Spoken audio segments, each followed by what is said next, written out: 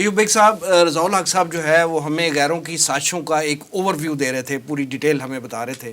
جب ہم ذکر کر رہے ہیں پچھلے 100 سال کا، سقوط خلافت کا، 100 سال کے دور غلامی کا، اس درد کا، اس مظالم کا ذکر کر رہے ہیں، تو ہم آپ سے یہ جاننا چاہیں گے کہ اس انہدام میں جو ترکی کی خلافت عثمانیہ تھی، اس کے انہدام میں ترکی کے غدار اور عرب کے باغیوں کا کیا رول رہا؟ وسیم صاحب، سلطنت عثمانیہ جو ہے وہ 1299 سے 1924 تک تقریباً رہی، اور یہ تقریباً بنتے ہیں 625 سال یا 625 سال تک حکومت کی.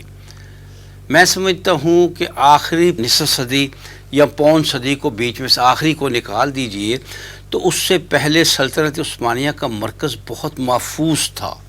وہ لوگ حکمران تھے جو سلطنت کے ساتھ، خلافت کے ساتھ، اپنے اس ادارے کے ساتھ، مسلمانوں کی حکومت کے ساتھ وہ مخلص تھے. یعنی اس وقت تک کو باہر کے غدار یا دشمن کے ایجنٹ یعنی وہ حکومتی عہدوں پہ نہیں آ سکے تھے.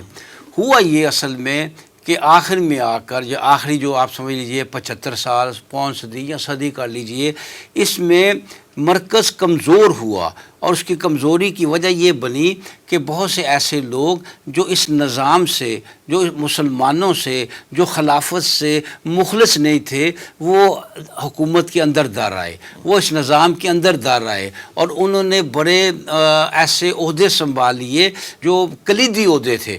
لہٰذا ان کے نزدیک اسلام یا مسلمانوں کا مفاد نہیں تھا، بلکہ وہ بیرونی اشاروں پر کام کرنے لگے.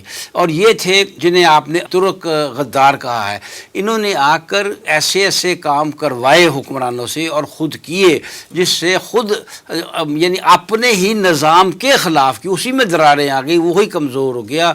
یہاں تک کہ عورتوں کا ذکر ہے، عورتوں کو شامل کر دیا گیا. یورپ کی ایسی عورتیں جنہوں نے پھر وہ حکمرانوں کو غلط راستے پر ڈالا. اور پھر یہ جو ذکر کیا ہے ینگ ترک موومنٹ کا، اس نے نسلی یا علاقائی تعصب اس پر انحصار کرنا شروع کر دیا. تو یہ تھی وہ چیزیں جس سے خلافت جو ہے اندر سے کمزور ہوئی، سلطنت عثمانیہ کمزور ہوئی. اور پھر یہ انہوں نے بھی اس طرح کے غلط کام بھی کروائے نا.